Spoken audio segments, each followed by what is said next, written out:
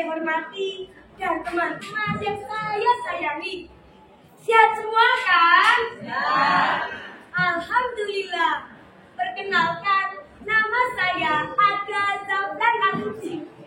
Kali ini saya akan menyampaikan satu cerita rakyat yang sangat menarik dari daerah Kabupaten Banjarnegara dengan judul Legenda Curug Singkawang, yang diambil dari buku kumpulan cerita rakyat Banjarnegara yang ditulis oleh tim penyuling dan diterbitkan oleh Kantor Dinas Arsipan dan Perpustakaan Daerah Banjarnegara.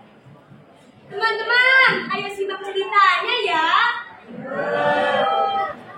Banjarnegara pernah dipimpin oleh seorang lelaki yang gagah perkasa dan arif bijaksana. Beliau bernama Bupati Sumitro Kalapake.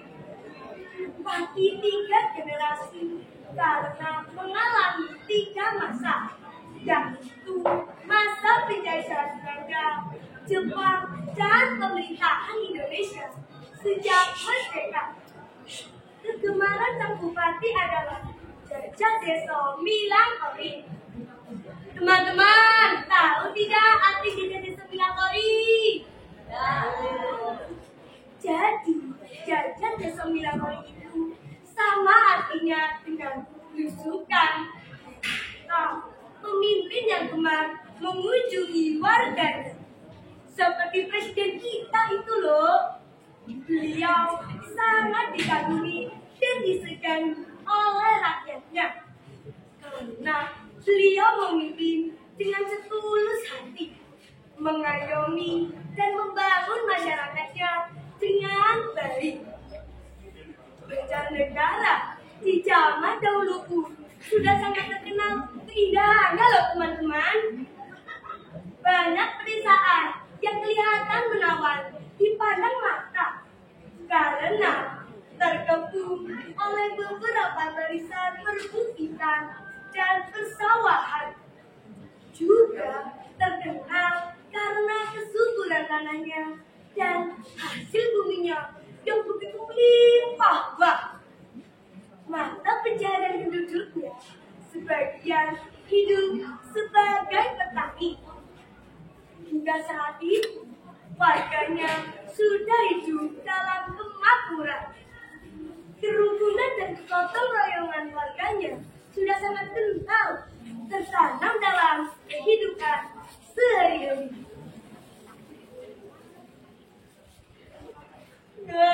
Sanggeng tani utang, ungu negro, iso uman-uman, dan sarpa, nuyo puja nyambutan.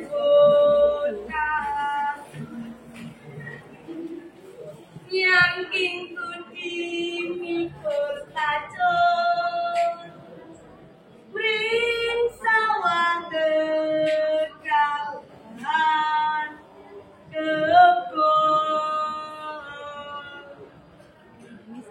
Suatu hari selepas maghrib, sang bupati meminta izin kepada Raja untuk mengunjungi sesepuh masyarakat dan juga untuk melihat kondisi warganya. Ya sudah, hati-hati Bapak. Semoga Bapak dapat secepatnya menemukan jalan keluar. Suara sang istri sambil tersenyum memberikan restu untuk kepergian sang bupati. Dalam hatinya mempunyai doa agar Tuhan senantiasa menjaga suaminya. Akhirnya, sang bupati berangkat dengan hati yang lega dan bahagia. Kali ini, beliau berniat mengunjungi desa yang berjarak sekitar 7 km dari pendopo Kadin. Sang Sampailah sang bupati di sebuah desa yang penuh dengan hamparan persawahan. Suara gemericik air pantai mengalir semakin menghidupkan suasana desa di malam hari. Kemudian beliau menemui seorang tokoh masyarakat yang bernama Kaki Bini Sepuh. Mereka berdua saling bertukar pendapat tentang permasalahan yang mereka hadapi. Di Bini Sepuh, sebenarnya ada beberapa persoalan ada yang belum mampu saya selesaikan. Mungkin di Bini Sepuh sendiri sudah paham betul permasalahannya. Suara bupati mengawali percakapan di malam itu.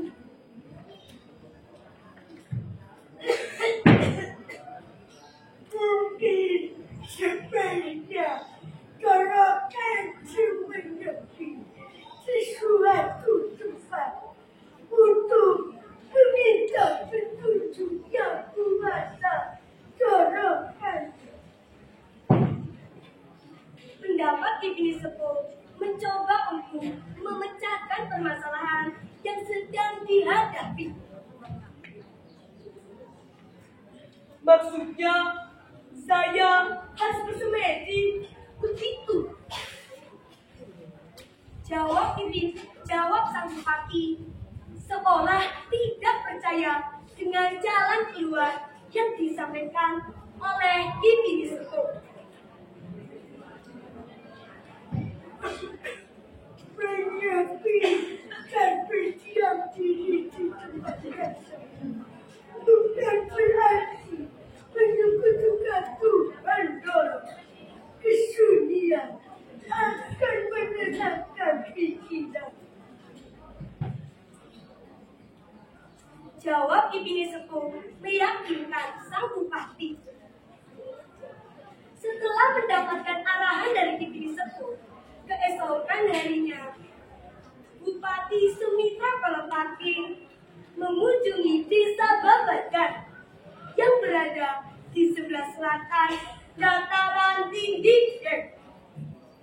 Beliau menemukan sebuah air terjun atau curug yang suasananya sangat menenangkan hati. Di tempat itu pula, sang bupati menemukan sebuah gua yang tersembunyi yang belum pernah terjemah oleh manusia lain. Akhirnya, beliau memutuskan untuk bersemedi di sana. Dengan berhati-hati, beliau berusaha memasuki gua itu.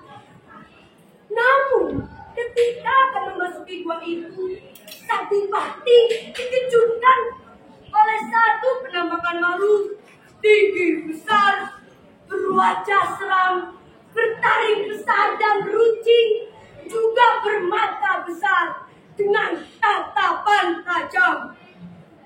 Teman-teman, ingin tahu kelanjutannya tidak? Penasaran kan? Ya. Ayo kita simak lagi ceritanya ya. Ya. Tiba-tiba terdengar suara jin. Siapa kamu? Teman-teman, sang bupati sangat terkejut melihat makhluk itu. Namun, dengan tekad yang bulat, sang bupati Sumitra Palapati tetap melanjutkan berjalan menyusuri gua itu. Hei, kamu tanya jawab, malah nyelonong aja. Hei, Bentak jin kepada bupati. siapa kamu? Kamu itu aneh, ditanya malah jadi nanya. Oh alah tobat. Ada maksud apa?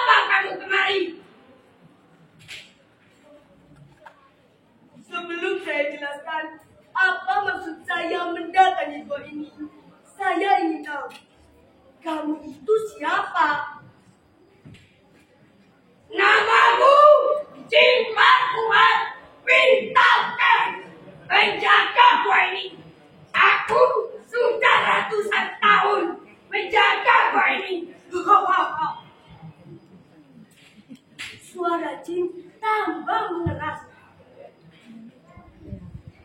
Begini, Ji. Saya, Kanjeng Sumitra Balapati, Bupati Banjarnegara, berniat bersemedi di sini. Saya punya misi untuk rakyatku. Karena banyak persoalan di wilayahku. Sementara belum ada jalan keluar untuk mengatasinya. Kata Bupati menjelaskan. Wow, keren. Iya. Tapi ada syaratnya. Bawalah kembang 7 rupa dan tindak cabaran untukku. Kebetulan saya sudah mempersiapkan semua ukur rampenya. Wow, luar biasa. Kanjeng Bupati ini memang proyek. Tanpa diduga, ternyata jin justru akan menolong sang bupati. Kemudian mempersilahkan Kanjeng Sumitra untuk masuk ke dalam gua. Bahkan menunjukkan tempat yang paling nyaman untuk bersemedi. Akhirnya, beliau pun segera melakukan ritual semedi. Kemudian berdoa memohon pertolongan kepada Yang Kuasa dengan memejamkan matanya. Ketika membuka matanya di hari ketiga, beliau merasakan lega hatinya dan dapat berpikir lebih jernih untuk memecahkan persoalan rakyatnya. Tanpa disadari, ketika beliau menolehkan pandangannya, beliau tertuju pada sebuah benda. Ternyata benda itu berupa kopel kuda. Maka diambillah benda itu lalu dibawa pulang.